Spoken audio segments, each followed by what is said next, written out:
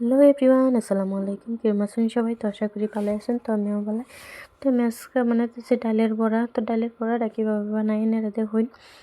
তো ডাল দিয়ে আগে 2 ঘন্টা আগে ভিজাইয়া লইছি মুসুরির ডাল আর ধুয়ে পরিষ্কার করে নিলাম, চাইলে ভিজাই লইছি।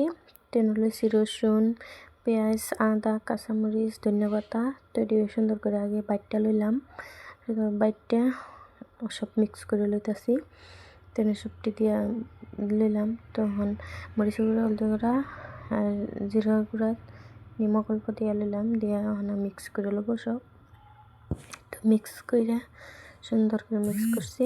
তখন দিব কড়াইটা বয় দিচ্ছি, বয়া তেল দিয়া বড়াটি দিয়ে লইতেছি।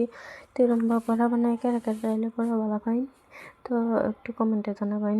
তো আমার খুবই ভালো লাগে, তাই আমি বানাইতেছি। তো বানায় খাইয়া নিলাম আগে। তো বিরাট ভালো লাগছে। তো সবাই ভালো থাকবেন, সুস্থ থাকবেন। আল্লাহ হাফিজ।